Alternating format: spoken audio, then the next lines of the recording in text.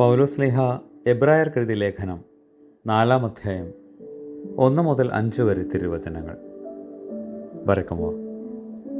ആകയാൽ തൻ്റെ വിശ്രമത്തിലേക്കുള്ള പ്രവേശനത്തിൻ്റെ വാഗ്ദാനം നിലനിൽക്കവേ തന്നെ നിങ്ങളിൽ ആരെങ്കിലും അതിൽ പ്രവേശിക്കുവാൻ സാധ്യമാകാതെ പക്ഷെ കാണപ്പെട്ടേക്കുമോ എന്ന് നാം ഭയപ്പെടണം.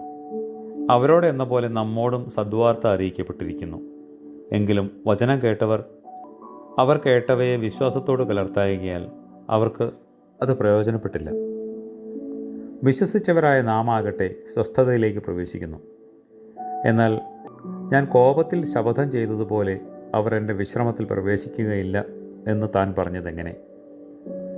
7-ാം ദിവസം സകല പ്രവൃത്തികളിൽ നിന്നും താൻ വിശ്രമിച്ചു എന്ന് ശാബത്തിനെക്കുറിച്ച് പറഞ്ഞിരിക്കുന്നത് പോലെ ഇതാ ദൈവത്തിൻ്റെ പ്രവൃത്തികൾ ലോകത്തിൻ്റെ സ്ഥാപനത്തോടു കൂടി പൂർത്തിയായി.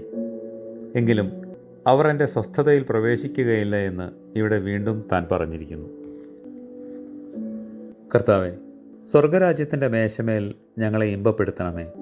രാവും പകലും നിന്റെ ഏവൻഗേലിയോനിൽ ധ്യാനിപ്പാൻ ഞങ്ങളെ യോഗ്യരാക്കണമേ. ആമേൻ.